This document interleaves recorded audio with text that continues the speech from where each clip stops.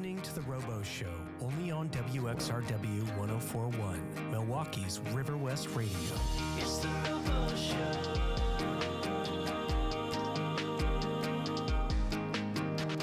It's the Rowbo Show.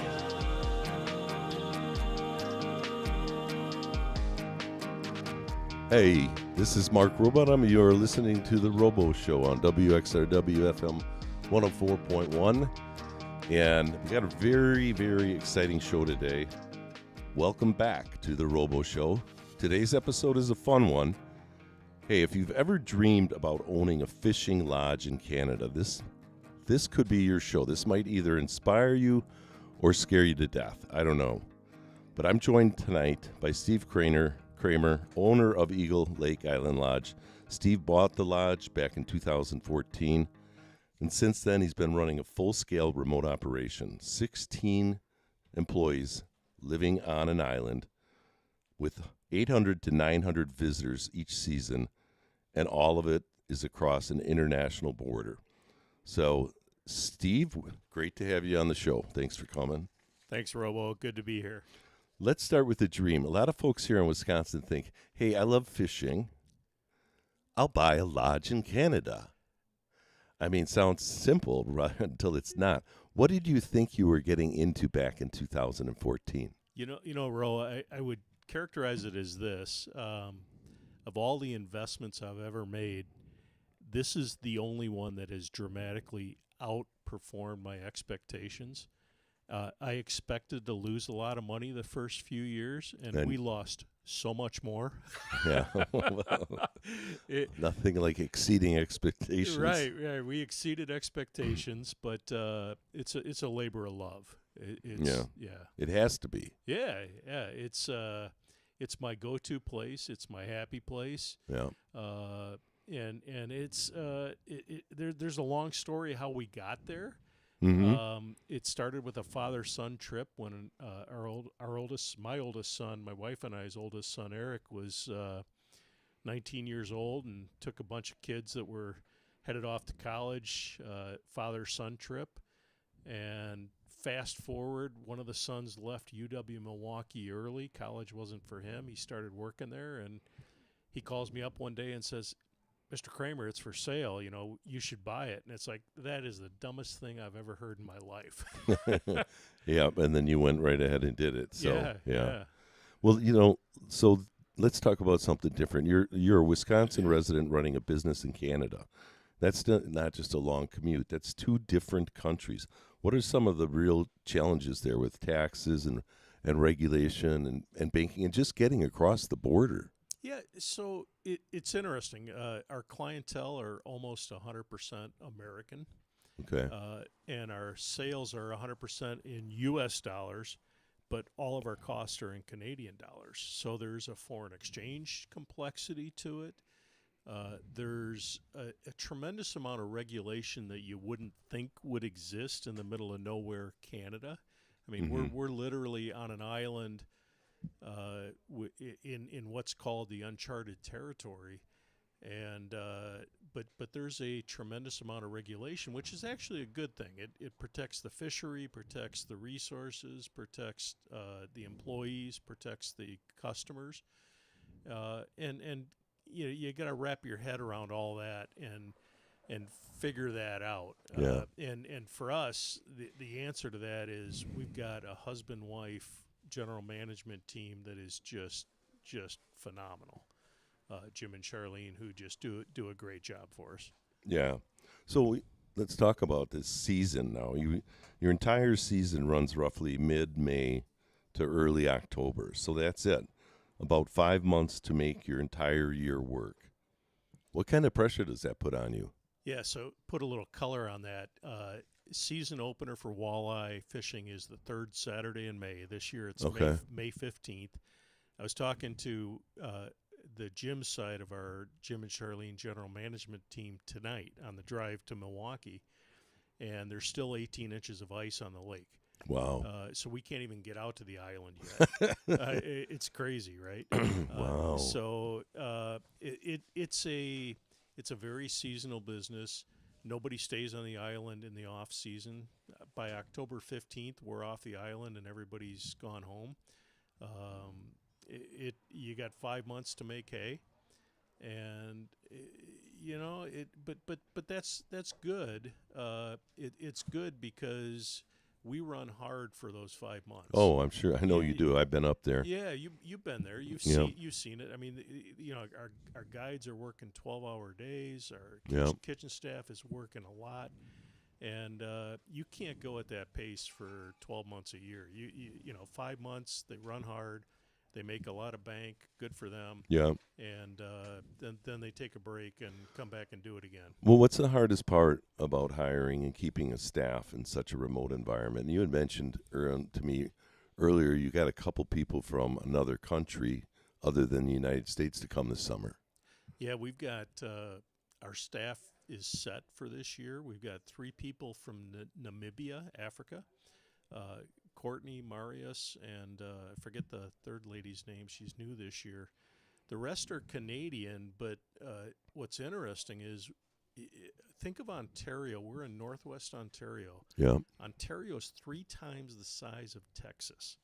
People don't realize that. Yeah. And we do not hire locally, ever, full stop, because we don't want people going off the island and going home at night. Yeah.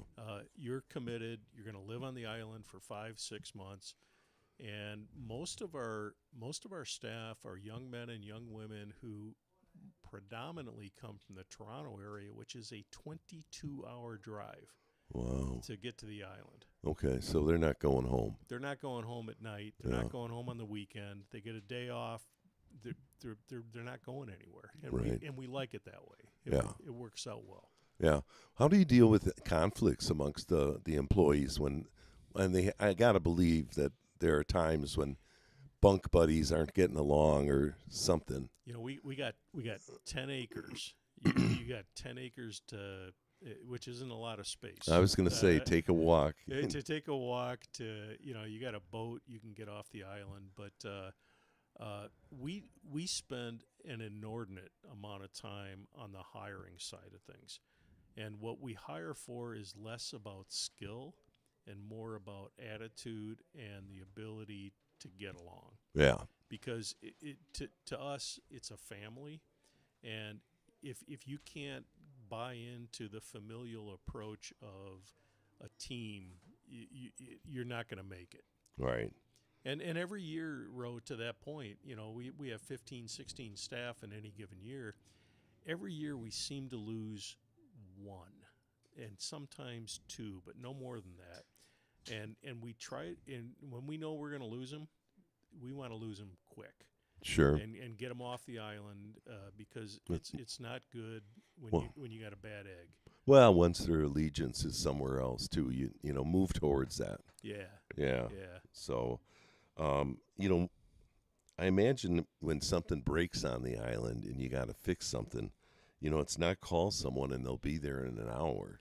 You have to be part mechanic, part problem solver just to keep things running. And how do you handle that? Yeah, it's a good question because we have no public service whatsoever to the island. So we generate our own power. We have our own diesel generator, which means we have to bring all the diesel to the island. Okay. We And how do you transport that?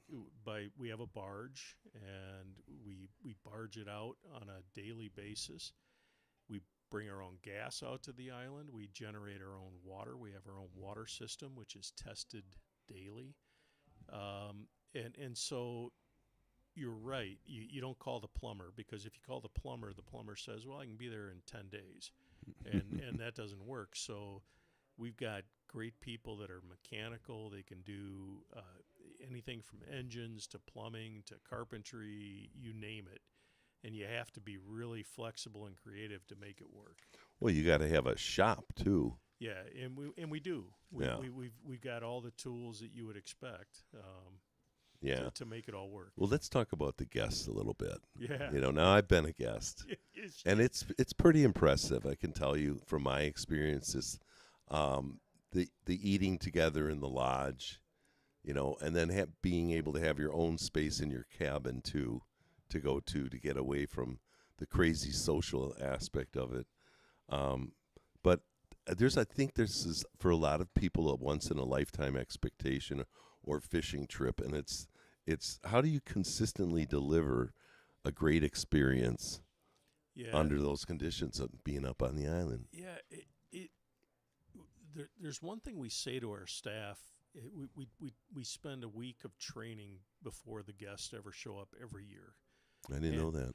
Yeah, and one of the things we say to the staff is allow yourself to step on the island for the first time every time. And what we mean by that is, you know, you fall into these routines where you just accept things for what they are.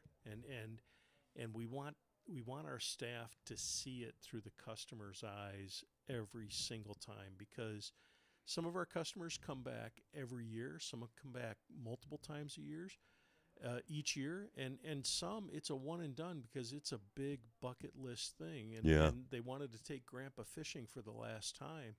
And whatever that situation is, you got to make it special.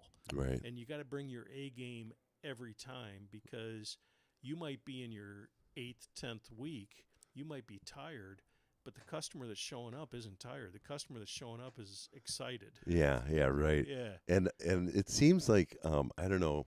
I mean, I'm dating myself, but back in the Love Boat, you know, they always knew something about the people that were coming on the boat. Yeah. And I get the feeling at Eagle Island Lake Lodge that you guys get to know your customers before they even arrive a little bit. We pride ourselves in something we do. We pride ourselves in always knowing the customer's name, and all the customers' names. And so the staff will greet you by name, whether you're walking down the path to the dock, or you're in the boat, or you're in the lodge, you're having a cocktail. Well, last time I was there, Jim greeted me by a hug. Yeah, right. because you're family. Yeah. And it's not a business in the, oh my God, what are the dollars and cents sense? It's a business in the it's the business of making connections and memories. Yeah. Sense. Yeah. Yeah. So what's something about owning a Canadian fishing lodge that no one warned you about? Oh shit! Septic systems. It's a pardon the expression, shitty business. No, we have our own septic system on the island, as you'd expect, and that's been a challenge, but we finally got it right. Yeah. It took us all of 10 years to get it right. Yeah. But no, I think it's more the challenge of personalities. We get some really unique personalities. Oh, I know. I've been up there. Right? Well, there were some people from a husband and wife from, I think, Australia. No, from England. I England. remember the okay. And then the two guys from the Netherlands were there at the same time. Yes, and there was some Texas people. The Texans, yeah. It's like going to a Packer game. There's people from all over the world there. You get people from all walks of life, and everybody has maybe a little different expectation, but at the end of the day, if you're into people and you're into making memories, that's the fun part. Yeah. Hey, I want to talk about something that we're doing here at WXRW in River West. We have a boat trip coming up, and we call it the Sunset Gala Cruise. It's our 3rd annual. It's on Friday, May 29th. You can join me and Kramer for an evening of food, raffle prizes, karaoke, if you so choose, and celebration on the water. It helps support the future of truly local independent radio in Milwaukee. And here at River West Radio, we depend on our community support. This is one of our biggest fundraisers of the year. And don't miss the boat. Get your tickets at riverwestradio.com. So thanks for letting me do that. Okay, let's. What would you say if somebody told you they wanted to buy a lodge in Canada? I'd say think about it. Think carefully about it, and for me personally, and our investors, it's been really good. And I don't. When I say it's been really good, I don't mean financially. We've never taken a penny out of the business and don't intend to. It's been good from an experiential perspective. I've learned a lot, Yeah. and I've had a lot of fun. I've had the chance to bring really good friends up. You included, Ro. You've been up 4 or 5 times, I think. Yeah, I think so. You know, it's but go into it with your eyes wide open. Uh, what's interesting is that there's thousands of Canadian fishing lodges across Ontario, particularly. Canada has more freshwater lakes than the rest of the world combined. Wow. I mean, which people don't realize. It's massive, and the MO of a typical Canadian fish camp owner is a U.S. owner, and it's a guy who likes to fish, who leveraged his 401k and bought a lodge because he thought, this is fun, I like to fish. Yeah. If that's your reason for doing it, don't do it for that reason. Yeah. Because you're not going to get to fish. Yeah. You got other things to do. Right? Yeah, So, for sure. Yeah. So food, fuel, equipment, medical needs, everything has to be planned ahead. You know, what happens when somebody gets hurt? I mean, has anybody ever been seriously hurt on the island other than getting a lure in the face? we do have the occasional fish hook in the hand, lure in the face. You have a story to tell there, I think, Ro. Oh, yeah. I was out on a boat with professional fishing guides, 2 of them. We had 2 guides, and it was me and Kelly Boskamp and Jeff Barron, and the fishing guide was fishing. So I was fishing, Jeff is fishing, Kelly's fishing, and now we've got 4 guys tossing lures out of a, 21-foot boat? Yeah, that's too many. And so all of a sudden I felt something in my face, and it was a 6-inch musky lure. And it was the fishing guy that put a fish hook in my face. Right in the moneymaker. Yeah, right. And it was like, whoa, this is a problem. And I looked over, Jeff and Kelly looked at me, and they didn't say anything. And the guides were kind of frantic, freaking out a little bit. And, of course, I'm just standing there trying to figure out what is in my face. I have no idea. And Kelly and Jeff just continue fishing like nothing happened. And I was like, wow, these guys really care about me. They really care. Obviously. Anyways, they got the lure. They got it out of my face. And needless to say, I think I turned white. And you know what was interesting about that whole hook in the face deal was, I don't know how, but by the time we got back to the pier, the dock, you guys were calling me hook face. And it was like everybody knew about it already. It's such a family when you're up there for 4 or 5 days with the same people. You know, Ro, you haven't been up for 3 or 4 years now. Yeah, we still call you hook face. Oh, okay. Well, I figured that's not going away. You know, we did have the worst we've had. There was a group out of California, retired police officers, came up every year. And these guys knew the lake, and they hit a rock pile going 25 miles an hour. Ooh. And thank God nobody got hurt seriously, but one guy shattered his wrist. You know, we got to boat him to the island, boat him off the island, get him in the hospital. It's an hour away. Thankfully, everything worked out okay, but it could have been really, really bad. Did they like lose the transom on the boat, or? No, the engine and the transom was okay, but the front end of the boat just crumpled. Wow. Because they ran straight on into a rock pile, which I still don't know how they did it. Well, that reminds me now.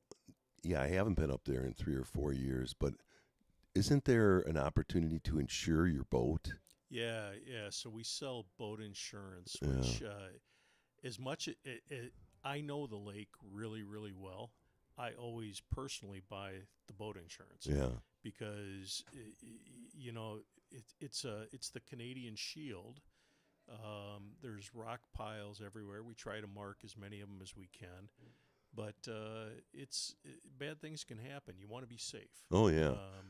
I remember there was that one really large platform that was just like a foot under the water, and you could see it. It was a huge rock. Yeah. It wasn't too far from the lodge. Yeah. Yeah. There's lots of those. Yeah. So. That would scare me. So 800 to 900 people you're feeding. That's a lot of menu planning and storage and spoilage prevention and cooking at scale. There's a lot of unseen pressure behind every simple meal. How do you guys pull that off? You know, we hire great people. First step, we have Steve is our breakfast cook. He's coming back for the third. No, this will be his second year. Lisa's our evening cook. Lisa's coming back for her fifth or sixth year. I forget which. We hire great people, and we have a system down. For example, Monday is prime rib, and Tuesday is sirloin steak, and Wednesday is spaghetti and meatballs, and Thursday is lasagna, or whatever the routine is. We follow that routine. It looks unique and original to every guest coming on the island, but it follows the same routine every week. Yeah. And every day. Yeah. So let's talk about the rhythm of the season, because I've been up there. I was up there, I believe that work weekend we went up there, we had like an 80-degree day. Yeah. Because I remember when we fished for like 4 hours, and then we worked 4 hours, and then we played 4 hours. Yep. And then we slept 8. I think that was the routine. I think that was the routine. Yeah. So, but I remember having my shirt off in May, and we were fishing. So, it's a little unpredictable early. And now it has ice. So this is what's crazy. Bob Seidel, a good friend of yours and mine. Yeah. Bob and I go up every year for the opener. Last year we went up for the opener, and it snowed for 4 straight days. Oh man. It was cold. It was miserable. Caught a lot of fish. Had a great time. But I just talked to our general manager earlier today, and there's still 18 inches of ice on the lake. Yeah. So it's going to take it. Ice comes off usually somewhere between mid-April and mid-May. Okay. This year's going to be about the same. Yeah. So I got to believe that there's a lot of momentum in the beginning, a lot of excitement when you open up in May and June. And then there's got to be, at some point, some burnout's got to set in, because the routine, as you have referred to it, the same meals every week, and then having to be upbeat and positive and know your guest's name and, be on top of your game constantly. Yeah. How do you manage not having burnout amongst the crew? That's a good question. So the way we do it is by following the Canadian labor law.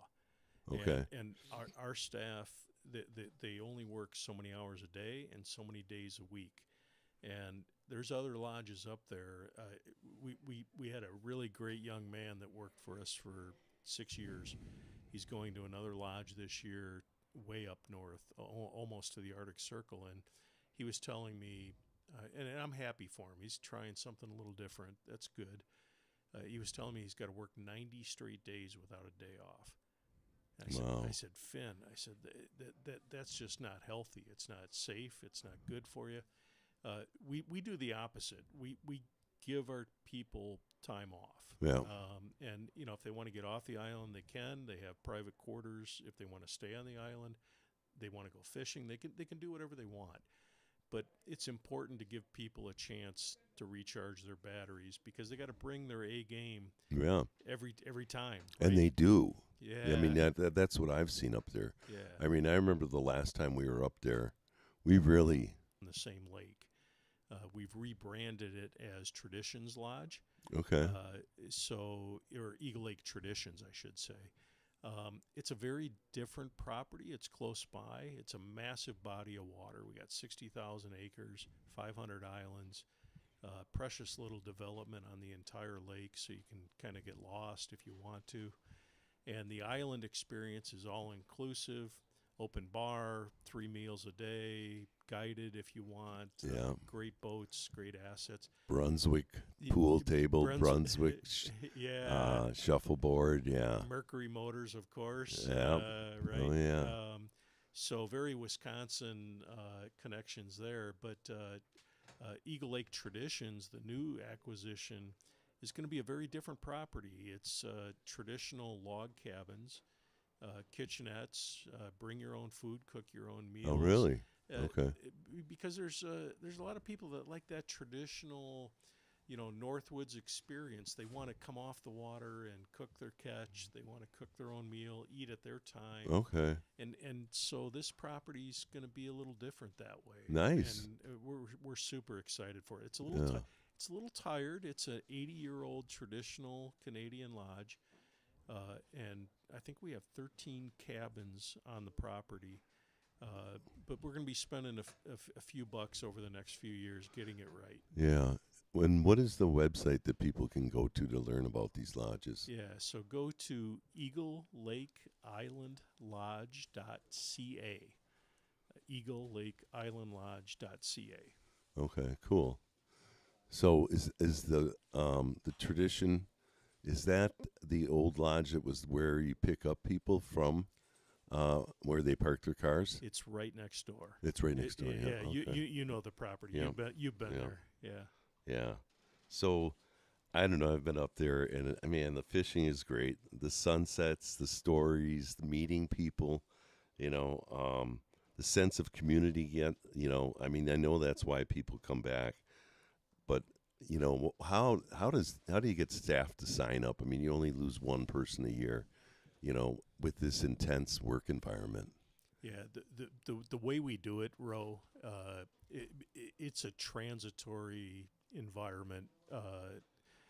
We get back a great return every year with our staff, and the way it happens is we treat them well. Yeah, you have to. We treat them with tremendous respect because they deserve tremendous respect. We treat them as young adults because they are young adults. Typically they're in the 18 to 24, 26 kind of range.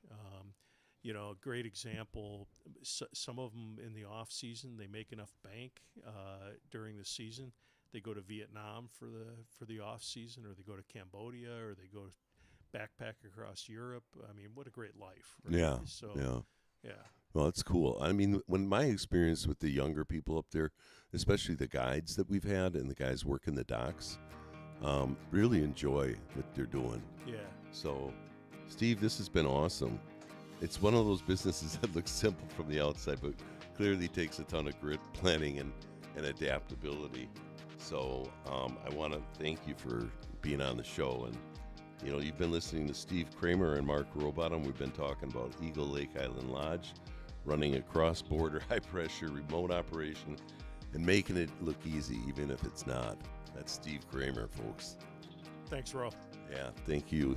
You've been listening to the Rowbo Show on WXRW 104.1 FM, River West Radio. This is Mark Rowbottom signing off.